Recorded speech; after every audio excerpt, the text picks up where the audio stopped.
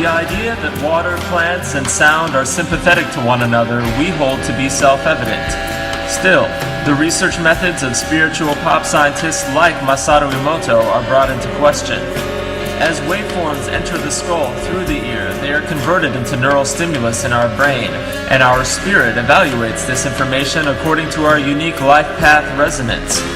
In this sense, Emoto's claim that water responds poorly to aggressive music seems to betray his own musical preference as biased during the interpretation of data. We each have different, customized aesthetic preferences.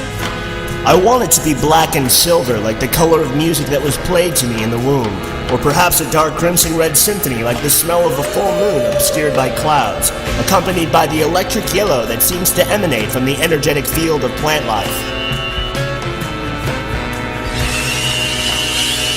Further along in our synchro-musical journey, we discover the field of psychoacoustics, defined as the study of subjective human perception of sounds. If you have ever learned the meaning of a new word and suddenly discovered this word reoccurring several times that day, listeners relate to music in a similar way, according to aesthetic bias and proclivities to certain harmonic overtones. Research scientist Thomas Gold postulated that the ear emits sound as well as receiving it. This theory was proven to be true back in 1977. And from this we can gather that the musical experience cannot be limited to data contained on vinyl, tape, compact disc, or computer file, as the listener plays an active, unconscious role in the music itself. We register this subconsciously as the swirl of energy experienced at a well-attended live concert. These ear sounds that we emit are called autoacoustic emissions. Steganography is the art and science of writing hidden messages in such a way that no one apart from the sender and intended recipient suspects the existence of the message, a form of security through obscurity. If incorporated into a sound signal of a particular frequency and wavelength, one could embed a holographic image into a song that would be interpreted by the subconscious and not experienced directly. This could be used as a harmless novelty, such as how Richard James of Aphex Twin fame embedded an image of his face into the song Window Licker, but could also theoretically be used in mind control programs such as MK Ultra. Coupled with psychedelic drug experimentation, a few nefarious psychonauts could create Pavlovian cues that would send the mind reeling when a particular stimuli of their choosing was present. This phenomenon can be viewed in the films A Clockwork Orange, The Island, and Dark City, where images are displayed to subjects during REM sleep or hyperactivity, and repulsions and associations are then made within the cortex every time that signal is introduced in the future. In A Clockwork Orange, Alex is made to feel sick every time he hears Beethoven's Ninth Symphony, or when he exhibits any kind of violent behavior. In The Island, they are able to create an entire fake childhood, and in Dark City, extraterrestrials used a similar technology to wipe a person's memory clean, only to be replaced with a completely different set of memories. These types of textured sonic messages delivered directly to the brain can reach enormous amounts of people. Think of how magnified the effect would be if holophonic sound in IMAX theaters were used to relay such signals, which indeed they may be doing. It would be the ultimate in occult espionage, dwarfing even brilliant versions of message transfer such as writing in Morse code on knitting yarn and then sewing it into a piece of clothing, or nanodot ink on the back of a stamp as an example. Curiously, in October of 2001, the New York Times published an article claiming that Al-Qaeda had used steganographic techniques to encode messages into images, and then transported these via email to prepare for and execute the September 11th attacks. As Al-Qaeda was not the primary governing hand in the attacks, we can infer that our self-proclaimed cosmic masters have been using this technology to puppet and parade humanity for quite some time, and even have the gusto to joke about it, as seen in the Hulu Super Bowl commercial featuring Alec Baldwin as a mind control hawking alien. Music triggers several categories of neurophysical healing processes. Non-verbal music moves from the brain's auditory cortex into the center of the limbic system, the area of the body that governs blood pressure, heartbeat, body temperature, and the creation of new neural pathways in the brain. Stored memories and imagined material are carried across the corpus callosum by music, bridging the left and right hemispheres and stimulating the body's immune system. Auditory stimulation excites peptides in the brain and stimulates the production of endorphins, or natural opiates, which produce feelings of euphoria, shift in moods, and emotional bliss. Remember the occult axiom, the function creates the organ. A computer's hardware and software programs depend upon one another for the beauty of intelligent design to be fully realized. Likewise, the study of psychoacoustics provides rational insights into the mysteries and how musical meditations can be carried out more successfully. For example, the auditory cortex of our brain is divided into 3 sections.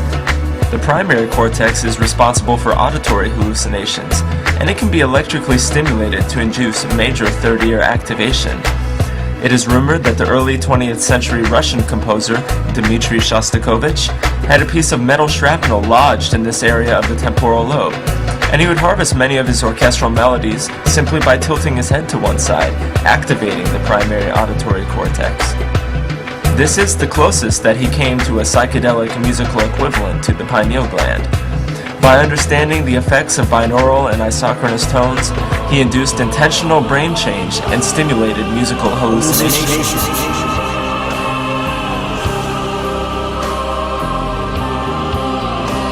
Sounds and images are arranged to generate different modes of consciousness and convey a series of messages.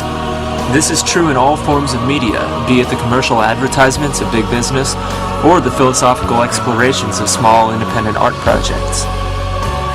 The intention of the creator is hidden, suspect, and cannot be taken at face value.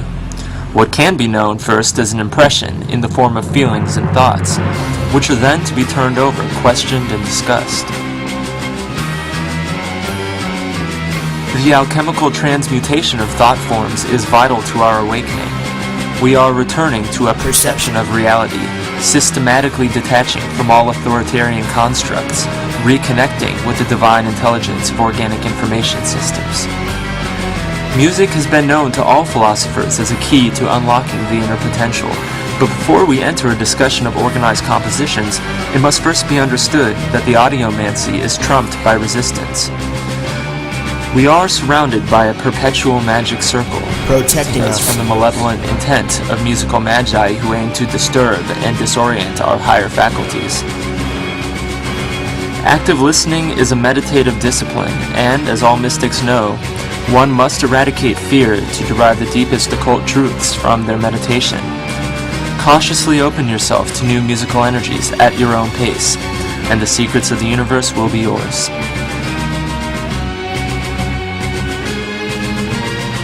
The Pythagoreans held the hexad 6 to represent the creation of the world according to both the prophets of the ancient mysteries. It was called by the Pythagoreans the perfection of all parts. This number was particularly sacred to Orpheus and also to the fate Latius and the muse Thalia. It was called the form of all forms, the articulation of the universe, and the marker of the soul. Among the Greeks, harmony and the soul were considered to be similar in nature because all souls are harmonic. The hexad is also a symbol of marriage because it is formed by the union of 2 triangles, one masculine and the other feminine. It is a measure of duration, of the passage of time, a panacea because health is considered an equilibrium. It is a symbol of balance, and when expressed in music, it is often seen to consist of contraries by harmony. Omnisufficient because its parts are sufficient for totality. 3 plus 2 plus 1 equals 6. Unwearied because it contains the elements of immortality within itself. Human beings express this duality as well, this perfect union of a dual-hemisphered organism. We encompass all light and all darkness in its entirety simultaneously.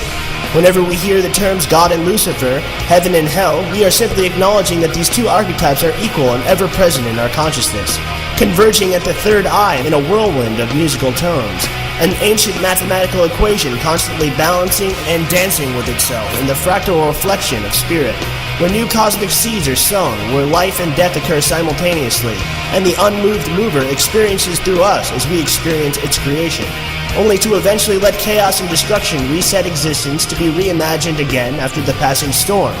We are the physical manifestation of balance and cycles. Cosmic mandalas in organic form of alternating seasons of time within each breath, and every heartbeat of song echoing through the hallways of always keeps the cogs and gears of time spinning into eternity.